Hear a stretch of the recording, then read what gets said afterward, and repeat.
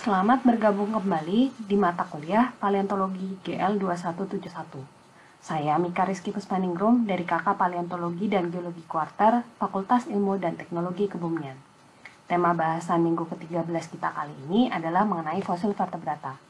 Setelah sebelumnya membahas mengenai karakteristik dan klasifikasinya, pada segmen kedua ini kita akan membahas mengenai evolusi vertebrata. Kala waktu geologi, vertebrata ini berkembang hanya pada masa Phanerozoik yang terdiri dari Paleozoikum, Mesozoikum, dan Kenozoikum.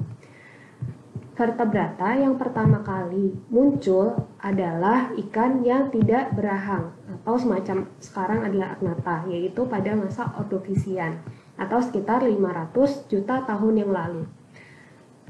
Berikut adalah timeline dari evolusi. Vertebrata yang pertama kali muncul adalah ikan yang tidak berahang atau kita sebut sekarang sebagai lamprey. Dia muncul awalnya pada saat Ordovisian atau sekitar 500 juta tahun yang lalu. Kemudian keanekaragamannya meningkat selama Silurian dan Devonian, namun kebanyakan punah pada saat Karboniferus. Nah, walaupun punah, masih ada beberapa jenis yang bertahan sampai saat ini. Kemudian menyusul yang kedua adalah Placodermi atau ikan yang kepalanya berpelat. Jadi dia tengkoraknya itu terdiri dari pelat-pelat dan biasanya ukurannya sangat besar dan keras. Nah, ikan berpelat atau Placodermi ini muncul awal adalah Silurian dan menjadi penguasa lautan pada saat Devonian dan Karboniferus. Sayangnya pada akhir Karboniferus ikan Placodermi atau ikan berpelat ini semuanya sudah punah. Kemudian muncul selanjutnya adalah ikan yang bertulang rawan. Nah, ikan bertulang rawan ini kemunculan awalnya adalah pada saat Devonian. Contohnya salah satunya adalah hiu dan juga ikan pari ya. Nah, ikan bertulang rawan ini ternyata masih bertahan sampai sekarang ini. Kemudian selanjutnya tentu saja adalah ikan yang bertulang sejati atau bertulang yang keras itu. Salah satunya adalah yang mungkin tadi malam kalian pakai untuk kalian makan untuk makan malam, ikan bakar, ikan emas, ikan salem, ikan nila dan lain-lain. Nah, ikan bertulang sejati ini mengisi 99% dari keanekaragaman ikan yang ada saat ini. Kemudian selanjutnya adalah kelompok amfibian. Nah, kelompok amfibian ini mulai muncul pertama kali adalah pada saat Devon, yaitu pada saat kehidupan muncul pertama di daratan. Gitu ya. Nah, kelompok amfibi ini, terutama amfibi-amfibi yang basal, itu sempat menjadi penguasa daratan selama Karboniferus dan Permian serta Triasik. Namun setelah itu kebanyakan dia punah, tapi masih ada yang bertahan, yaitu ketiga kelompok tadi, Anura, Salamander, dan Cecilia. Kemudian kelompok reptil. Nah, kalian tahu bahwa kelompok reptil itu pernah menjadi penguasa di bumi ini, yaitu salah satunya adalah dinosaurus pada saat Mesozoikum atau Triasik, Jurassik, dan Cretaceous. Sayangnya setelah Cretaceous, kebanyakan dari jenis ini punah dan hanya beberapa jenis yang bertahan sampai saat ini. Nah, burung yang sebenarnya adalah turunan dari kelompok yang dalam Sauropsida atau Reptilia ini, dia baru muncul pertama kali pada saat Triasik, kemudian berkembang paling banyak adalah sekarang ini. Dan yang terakhir adalah kelompok mamalia. Nah, kelompok mamalia ini dia sebenarnya sudah muncul dari zaman Permian, yaitu yang tadi saya ceritakan adalah basal mamalia. Namun kebanyakan dia punah pada saat Triasik, dan keturunannya yaitu mamalia yang pertama adalah mulai muncul dari Cretaceous dan menjadi keanekaragamannya menjadi sangat banyak pada saat Kenozoikum atau masa yang paling berang setelah dinosaurus punah. Evolusi dari vertebrata ini tidak terjadi secara tiba-tiba, namun memiliki beberapa milestone yang muncul satu persatu sejak dari kemunculan pertamanya. Yang pertama muncul adalah vestigial system atau sistem pembuangan hasil metabolismenya yang baru muncul pada ikan-ikan. Kemudian yang kedua adalah rahang. Tentu saja ini terdapat di pertama kali adalah pada kelompok ikan. Kemudian muncul selanjutnya adalah paru-paru. Nah ini kemunculan paru-paru ini memulai milestone ketika hewan vertebrata pertama kali hidup di daratan. Kemudian kaki. Nah kaki ini juga muncul pertama kali ketika hewan vertebrata mulai hidup di darat, karena di daratan hewan-hewan vertebrata ini mulai harus berjalan dengan kaki. Oleh sebab itu pada saat hewan vertebrata pertama kali muncul di daratan, dia perlu kaki yang lebih kokoh, bukan sirip yang digunakan untuk berenang. Kemudian karena hidup di darat itu lingkungannya lebih kering, maka hewan vertebrata perlu mengembangkan yang namanya cangkang telur, sehingga telur-telurnya terhindar dari kekeringan. Kemudian yang penting lagi adalah munculnya kerangka yang lebih kokoh, kemudian cakar di sini juga, kemudian kelenjar mamae, kemudian pada burung adalah tulang yang lebih banyak sponsnya, dan juga yang terakhir adalah pada mamalia, yaitu mereka melahirkan anaknya, jadi bukan bertelur. Nah, bahasan selanjutnya adalah mengenai kelompok Sauropsida.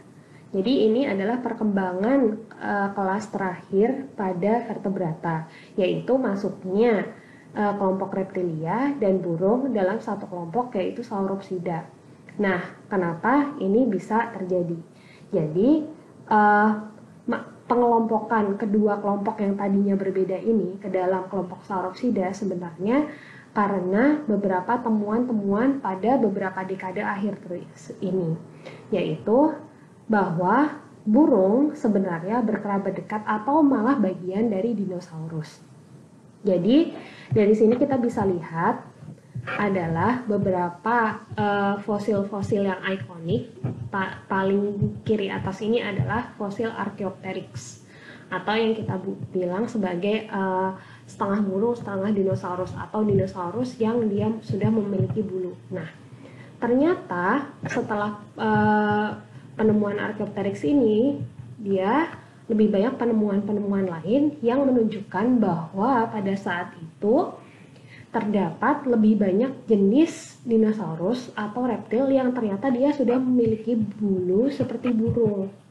Oleh sebab itu, ilmuwan memasukkan burung dan reptilia sebagai satu kelompok karena mereka ternyata masih berkerabat secara dekat. Nah, berikut adalah contoh rekonstruksi dari dinosaurus awal yang berbulu. Kemudian ini adalah reptil yang memiliki bulu. Nah, ini adalah gambaran dari dinosaurus yang memiliki bulu dan terbang. Kemudian reptil yang terbang seperti Pteranodon dan burung yang ada saat ini. Jadi kita bisa melihat bahwa ketiga kelompok ini sebenarnya mirip sekali. Beberapa contoh-contoh yang bisa membuktikan bahwa sebenarnya burung atau kelompok Aves itu berevolusi dari dinosaurus adalah sebagai berikut. Jadi burung atau Aves itu sebenarnya dia berevolusi dari dinosaurus, terutama dari kelompok karnivora Deinosaurus. Jadi kelompok karnivora yang raptor gitu ya. Jadi dia mirip-mirip kelompoknya masih seperti T-Rex dan lain-lain. Nah, secara teknis dia adalah dinosaurus karena karena kesamaan morfologi dan fisiologinya sebagai berikut. Jadi termasuk salah satunya adalah bulu yang sudah muncul sejak sebelum kemunculan burung. Jadi sebelum ada burung pun ternyata beberapa raptor kemungkinan sudah memiliki bulu yang mirip seperti bulu burung pada saat ini. Kemudian ternyata tulang dari raptor dan tulang dari burung itu ternyata dia mirip. Jadi tulang raptor dan tulang burung itu dia kopong atau lebih banyak sponsnya gitu. Ini untuk mendukung pertumbuhannya, atau kalau misalnya di burung itu untuk mendukung agar dia bisa terbang karena lebih ringan. Nah, kemudian dari struktur scale atau struktur sisiknya juga, ternyata sisik dari reptil dan sisik pada kaki burung itu mirip sekali. Dan yang terakhir adalah cakarnya. Jadi kalian bisa lihat kalau cakar burung dan cakarnya dinosaurus atau reptil itu mirip juga. Jadi kehadiran burung sendiri kemungkinan merupakan penyebab kepunahan reptil yang terbang atau kelompok Pterosaurus. Jadi burung merupakan kelompok hewan vertebrata kedua yang bisa terbang setelah Pterosaurus. Nah, secara filogenetik atau monogenetik, burung ini memiliki nenek moyang yang sama dengan dinosaurus. Jadi memang dengan reptil yang ada sekarang kekerabatannya itu masih jauh, tetapi justru dengan dinosaurus, terutama raptor atau saurischian, itu masih sangat dekat. Nah, sebagai intermezzo, mari kita simak beberapa meme berikut ini. Yang pertama, siapa bilang kalau dinosaurus itu sudah punah? Karena ternyata burung itu muncul dari dinosaurus atau masih berkerabat dengan dinosaurus, dan sekarang itu di mana-mana. Nah, yang kedua, kadang evolusi itu payah ya. Jadi kalau dulu kita lihat bahwa dinosaurus itu besar ukurannya, sekarang tambah kecil jadi burung. Dan kalau kalian tahu Thanksgiving ya, di sini kalian bisa lihat, oke, kalaupun mau dibunuh dan dia bilang, saya bawa teman-teman saya atau sepupu-sepupu saya yang terdiri dari raptor dan juga ornithosaurus atau burung yang pemangsa gitu ya. Jadi tidak usah khawatir kalau kamu kecil ya, burung, ternyata di dalam darah kamu itu ada darah dinosaurus gitu. Nah, kalian juga bisa belajar dari evolusi bahwa roda itu kadang-kadang di atas dan kadang-kadang di bawah gitu ya. Jadi pada saat dulu jadi mamalia itu dikejar-kejar dinosaurus atau kelompok Sauropsida, kemudian makin lama makin sama, dan sekarang malah kelompok Sauropsida dikejar-kejar oleh mamalia. Baik, sekian pembahasan mengenai pengertian dan evolusi dari fosil vertebrata, dan sekarang kita akan berlanjut pada materi selanjutnya.